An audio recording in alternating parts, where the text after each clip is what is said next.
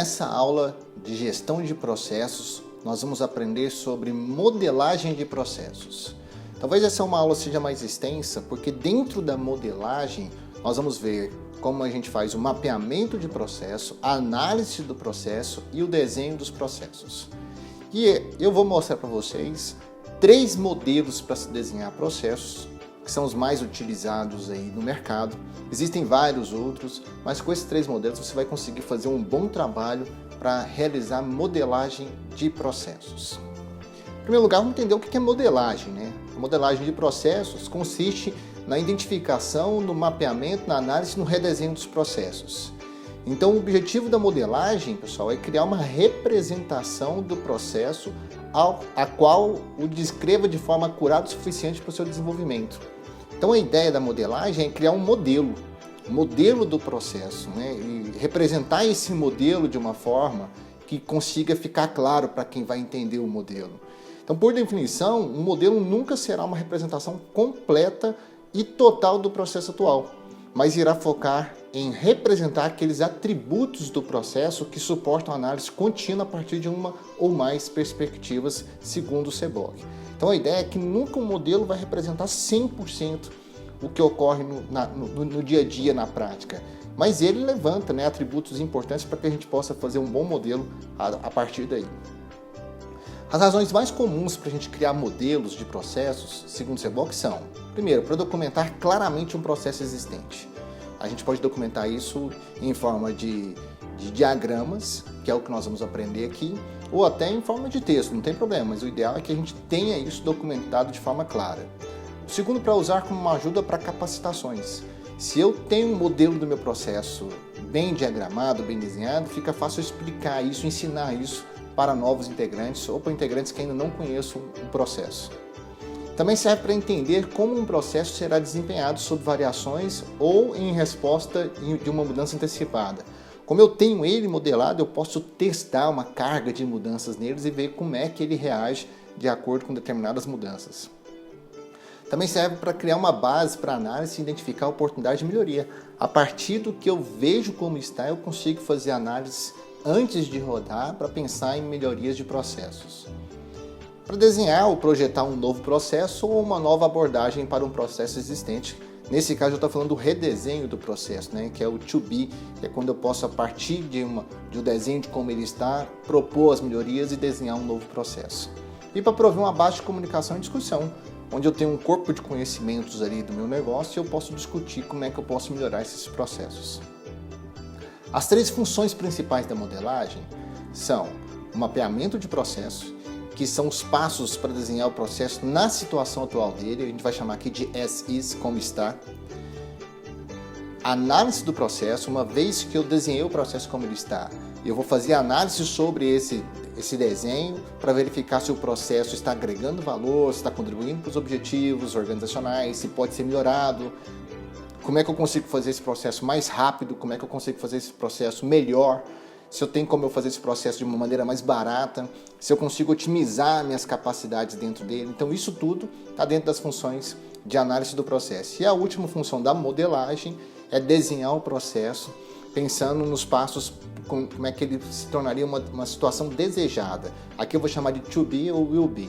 Então a ideia básica da modelagem é: mapeie o processo como ele está, analise esse processo que eu desenhei e propõe um modelo novo de processo melhorado. Vamos falar de cada um deles. O mapeamento do processo é um desenho de como ele está, né? O que a gente pode refletir disso? Dentro das organizações, nem sempre são totalmente visíveis e conhecidos os seus processos. Assim, o mapeamento dos processos, ela funciona como uma ferramenta gerencial, analítica e de comunicação, com o objetivo de melhorar os processos existentes. Isso quem falou foi Vilela, em 2000. E o que implica em mapear? Ele implica em trazer uma maior precisão do que um diagrama, e a tendência será adicionar mais detalhes, não apenas sobre o processo, mas também sobre os relacionamentos mais importantes com outros elementos, como atores, eventos, resultados, entre outros elementos que podem fazer parte do processo. Hunt, em 96, ele coloca que o mapeamento do processo ele deve expor os detalhes do processo no mapeamento, ter concisão e precisão na descrição do processo, focar a atenção nas interfaces do processo e fornecer uma análise de processos poderosa e consistente para poder, a partir daí, melhorar o processo. A análise do processo, ela inclui nela, o contexto dos negócios, regulamentos do governo, da indústria, pressões de mercado e concorrência. Então, uma vez que eu mapeei o processo, agora eu vou analisar esse processo do jeito que está rodando, está de acordo, está atendendo os regulamentos do governo, está preparado para essas mudanças que podem ocorrer, das pressões de mercado, das concorrentes. Tem que levar em conta na análise se o processo que foi mapeado está de acordo com as estratégias da organização, se os recursos e as condições desses recursos, bem como suas capacidades, estão de acordo, se as necessidades dos clientes estão sendo atendidas a partir do modelo que foi mapeado, se ele impacta a cultura organizacional. O que é impactar a cultura organizacional? Isso é um ponto importantíssimo da análise, porque se você faz um processo, na hora de implementar ele vai esbarrar na cultura organizacional. Então você precisa analisar o impacto que um processo, do jeito que ele está, ou do jeito que vai ser proposto, tem impacto na cultura organizacional. Também devemos avaliar na análise os valores do negócio, se ele está de acordo com os valores do negócio. As métricas de desempenho devem incluir na análise, como é que eu vou medir se o processo está alcançando os objetivos ou não. A escalabilidade do processo, qual a capacidade desse processo tem de suportar mais demanda, mais carga nesse processo. As regras de negócio, as variações e gargalos do processo, o quanto o processo não consegue ficar estável, padronizado, e como o processo será desempenhado para atingir os objetivos de negócio. Então, isso é o papel da análise. Ela vai olhar as partes de onde foi mapeado, a partir do mapeamento, analisar esses itens para ver se a partir daí eu consigo ver se o processo pode ser melhorado. Então, a análise irá criar um entendimento e uma forma de medir a eficiência e eficácia do processo. A eficácia de um processo é a medição do alcance dos propósitos ou necessidades pelo processo, seja se o processo identifica as necessidades do cliente, satisfaz os objetivos do negócio ou se é o processo certo para o ambiente ou contexto de negócios correntes. Já a eficiência do processo é medir o nível dos recursos utilizados no desempenho das atividades do processo. Então, eu quero saber se na hora de executar o processo eu estou com condições adequadas para fazer da melhor maneira possível. Então, mede se o processo é caro, se ele está lento, é vagaroso, se está muito caro, dispendioso, ou se tem outras deficiências. Então, a análise dessas medidas ajuda no desenho e ou redesenho dos processos com a finalidade de atingir as metas do negócio. Então, vejam bem comigo. Na análise do processo, eu vou medir a eficiência, se ele está sendo feito bem feito e se ele está alcançando resultados que é eficácia, tá bom? Para a partir daí, eu propor caminhos para chegar na eficácia.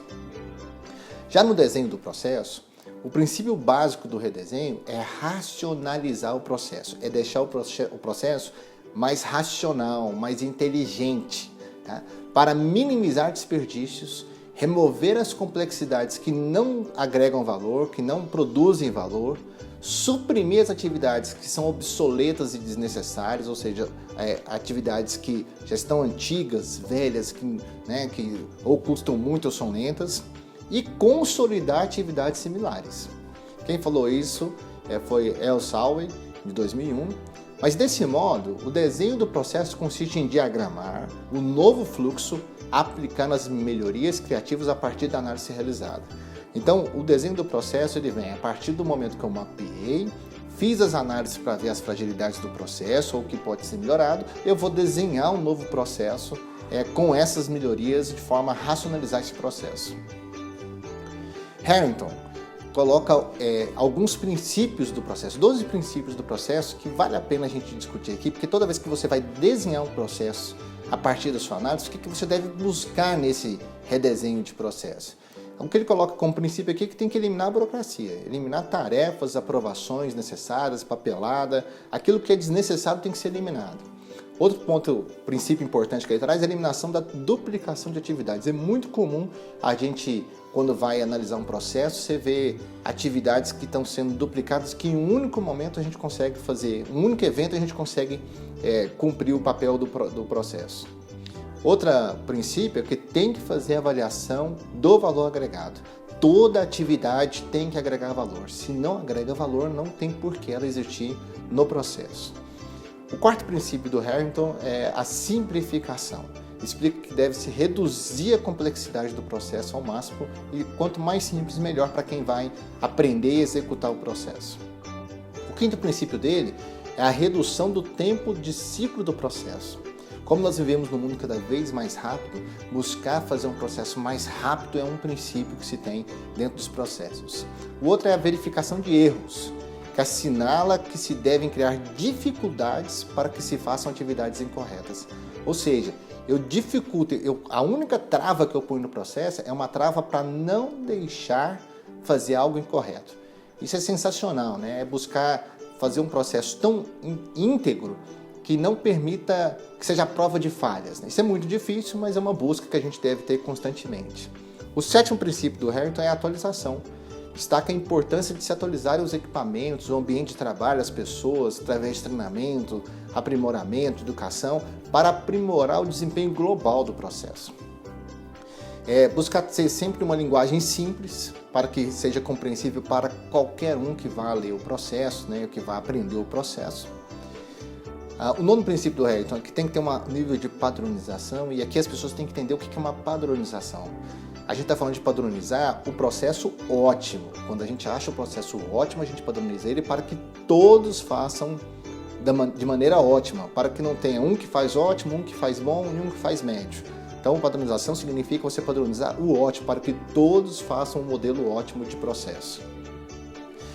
O 10º princípio dele é a parceria com fornecedores, que ressalta que o desempenho global do processo melhora quando os insumos dos fornecedores são aprimorados na entrada do processo. Esse princípio, 11, é a melhoria criativa, ele também me agrada muito, porque o que ele diz? Se os princípios anteriores não deram certo, a gente tem que usar a nossa criatividade para achar uma maneira do processo entregar valor ou conseguir todos os benefícios que os processos podem gerar para uma organização. E o 12º princípio dele é a automação. Sugere que se aplique ferramentas e equipamentos para automatizar tarefas repetitivas e libere tempo para as pessoas serem criativas em atividades de maior valor agregado. Outros autores, como Pitt, também apresentam alguns princípios da modelagem, né? O que ele traz? Que os modelos têm que ser sempre simples, para ficar fácil de entendimento, que seja parcimonioso, que comece pequeno e vá crescendo, que no sentido menos é mais, né? Comece pequeno, menos, e na medida possível vá crescendo, que divida e conquiste, evite mega modelos, então que parta até do princípio do parcimonioso, né? E das pequenas partes, para poder depois chegar na grande parte. A ideia de usar linguagem simples, né? Metáforas, analogias e similares para as pessoas entenderem, para aproximar a forma de entender o processo para quem vai executar. A ideia aqui é não evitar linguajar muito técnico para que poucas pessoas entendam. O ideal é que todas as pessoas envolvidas consigam entender o processo e não se apaixone por dados, né? Às vezes os gestores vão muito atrás de dados, a ideia, os dados dão suporte, mas é preciso fazer inferência lá dentro do processo para poder melhorar esses processos. Pós, em 2008, traz os princípios da modelagem comparando com os enganos que pode ter na modelagem, né? Então, por exemplo, a gente pode pensar em mapear o engano da modelagem, mapear todos os detalhes e esquecer do objetivo final. Não faz sentido. Qual que é o princípio, então? Determine que valores criar para os clientes do processo. Isso que é importante. O processo ele existe para criar valor para os seus clientes. Outro engano da modelagem é mapear os processos sem determinar especificamente como serão medidos os resultados. Então eu crio um modelo lindo, mas eu não sei se eu estou alcançando o resultado ou não, não faz sentido. Qual que é o princípio que ele traz aqui? Mapeie as ferramentas, habilidades, competências e informações e determine as métricas de medição juntamente com o processo. Olha que interessante. Então todo o processo tem que ter seus indicadores para poder a gente medir ele se está alcançando os resultados ou não. E o outro engano da modelagem que ele traz é usar as mesmas informações e fluxogramas de uma modelagem que funcionou perfeitamente em outra empresa. Isso é um engano, pessoal. Cada empresa tem uma estrutura própria, a sua cultura própria, seu conjunto de regras e valores, a forma de fazer. Então o que precisa? Engaje o seu pessoal durante a modelagem dos processos, peça ajuda para determinar quais problemas eles enfrentam e quais as possíveis soluções. Geralmente a gente acha a solução lá dentro mesmo de quem executa o processo. O que a gente precisa é ordenar isso para que o processo fique racional, fique inteligente, de uma maneira que ele possa ser executado e replicado por todos na organização. Os modelos para desenhar processos são vários, tá? Eu vou trazer 3 aqui para mostrar para vocês, que são os 3 que eu conheço, que eu os conheço porque são os mais aplicados no dia a dia, que é o VSM, que é o Value Stream Mapping, muito utilizado aí, surgiu pela Toyota. O fluxograma, que é um dos pioneiros, talvez o mais disseminado de todos, é o fluxograma. E o BPMN, que é o Business Process Management and Notation, que eu vou explicar cada um deles para vocês. Começando pelo VSM. O VSM na tradução, é um mapeamento de fluxo de valor, né? E é uma técnica muito utilizada do pessoal do Lean. Ele expressa o ambiente físico e o fluxo de materiais e produtos. Se originou na Toyota, né, e ele é conhecido como uma técnica de mapeamento de fluxo de materiais e informações. O mapeamento do fluxo de valor ele é utilizado para adicionar custos de recursos do processo e elementos de tempo em um modelo de processo para incorporar uma visão de eficiência do processo. Isso é uma coisa que ele deixa mais evidente do que o próprio fluxograma e o BPMN. Não que não possa colocar lá no fluxograma e no BPMN, mas é característica do VSM. Vou mostrar um exemplo. Isso aqui é um modelo de VSM, onde a gente tem aqui os fornecedores, né, o supplier, que entregam insumos para as atividades, que ficam aqui embaixo. Observe nas atividades que aqui é uma coisa legal. Ele coloca dentro do processo das atividades de uma produção, por exemplo, características de tempo. Então, e o tempo que ele traz aqui é muito bacana. Ele traz o tempo do processo e o tempo que ele fica entre um processo e outro. Então, em todos aqui, você pode ver que ele está com o tempo do processo, que é, no caso aqui, os 40 segundos, e entre os processos, anteriormente demorou 3 dias, para frente demorou 6 dias, que é o tempo de movimentação desse processo.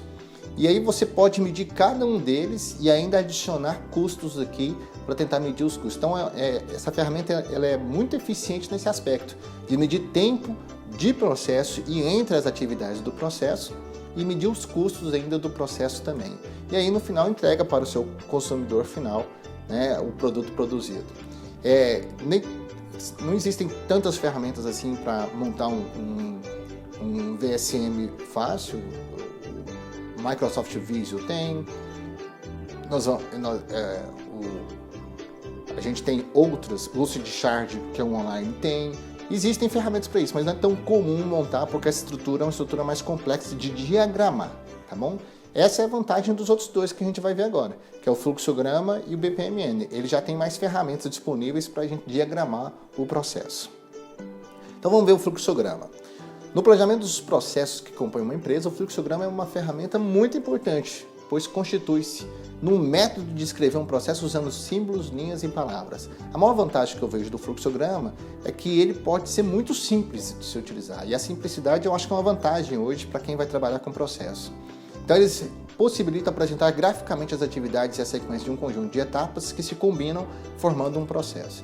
O fluxograma usa nas suas representações esses símbolos, o círculo para representar o início do processo, o quadrado ou retângulo, né, que são os diversos passos que existem numa rotina, para expressar a atividade do processo ou procedimento, a setinha que indica a sequência do processo, para onde vai a sequência da atividade, o losango significa uma decisão a ser tomada, um caminho a seguir como várias opções possíveis, né? E identifica as alternativas quando você tem que tomar uma decisão no processo. E o círculo para representar que o processo finalizou também. Um exemplo de produção de algum produto no modelo de fluxograma. Por exemplo, você tem a bolinha que eu já sei que é o início do processo é aqui. Então, aí eu tenho uma atividade, receber ordem de produção. Aí, quando eu recebo a ordem de produção para me produzir, olha o que é o papel do losango, né? Ele faz uma verificação, uma checagem que me dá opções de caminho. Tem insumos? Eu tenho os recursos e os insumos para me produzir esse produto? Se sim, ele me responde, o losango mostra isso, né? Porque as pontas mostram saídas distintas, eu vou produzir um produto. Se eu não tenho os insumos, eu vou comprar os insumos e a partir daí eu vou produzir os produtos, percebe? Então ele me dá a opção de fazer verificação e fazer uma atividade se eu tiver uma condicionante antes para executar a atividade. Aí eu produzo um produto, vou armazenar o produto, vou entregar o produto e vou finalizar o processo com o ciclo. Tá vendo tanto que é simples? O fluxograma eu acho uma ferramenta muito simples que pode te ajudar a poder modelar os processos de maneira muito eficiente. O BPMN, que é do Business Process Management and Notation, é um modelo de notação de processo de negócio. Anteriormente ele era conhecido só como notação e modelagem de processo de negócio. É uma notação da metodologia de gerenciamento de processos de negócio e trata de uma série de ícones padrões para o desenho de processos, o que facilita o entendimento do usuário. A modelagem é uma etapa muito importante da automação, pois é nela que os processos são descobertos e desenhados. E é nela também que pode ser feita alguma alteração de percurso do processo visando a sua otimização. Então a notação ela pode ajudar na modelagem de arquitetura de processos. Qual que é a diferença do BPMN e do fluxograma? Eles são muito parecidos, acho que eu estou explicando eles até juntos, só que o BPMN ele traz mais símbolos para dentro do processo. Então ele traz, por exemplo, para início do processo, enquanto o início e o fim do fluxograma é o mesmo, aqui o círculo de início do processo é um círculo com linha fina. Para finalizar o processo, ele já considera um círculo de linha mais grossa, né? E ele ainda coloca algum processo de intermediação ali para ter uma espera. A tarefa é a mesma, né? Usa um quadrado ou um retângulo. O subprocesso ele permite o retângulo com maisinho, que significa que dentro dele é um subprocesso.